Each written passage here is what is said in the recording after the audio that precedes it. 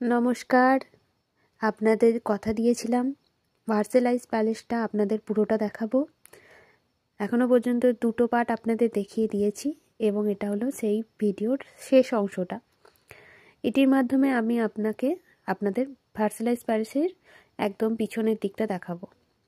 এটি ভার্সেলাইজ প্যালেসের একদম বাইরের অংশটাই, যেখানে দেওয়ালে আজ পর্যন্ত যতজন রাজা রাজত্ব করে গেছেন এখানে তাদের প্রত্যেকের মূর্তি খোদাই করা আছে।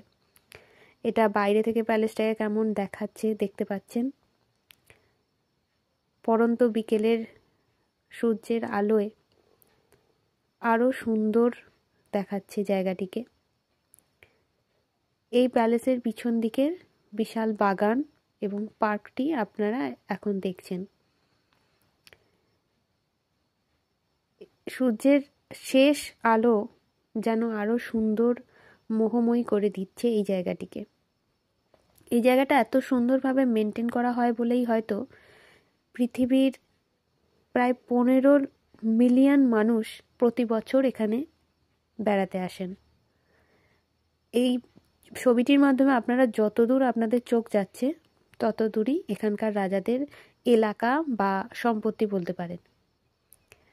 রাতের আলোতে কেমন দেখাচ্ছে প্রাসাদটিকে সেটাও একবার দেখে নিন। শেষ দিকটায় আমরা এতটাই ক্লান্ত হয়ে পড়েছিলাম যে আর ঘুরে দেখার সময় পাইনি, বা বলতে পারেন আর ঘুরে দেখতেই পারিনি এবং ভিডিও করতেও পারিনি। এখন আমরা ফেরার পথে, এই চলার পথে যতটুকু ভিডিও করা গেছে দেখতে পাচ্ছেন। দূরে আলোর ঝলকানি এত সুন্দর দেখাচ্ছে যেন মনে হচ্ছে আকাশের সমস্ত নক্ষত্ররা ওই জায়গাটায় নেমে এসেছে।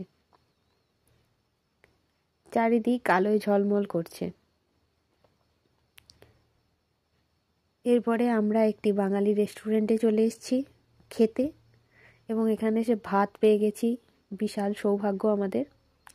এরপরে আমরা ফিরে চলে এসেছি আবার প্যারিসে। দেখা হচ্ছে আবার পরের ভিডিওয়ে। নমস্কার।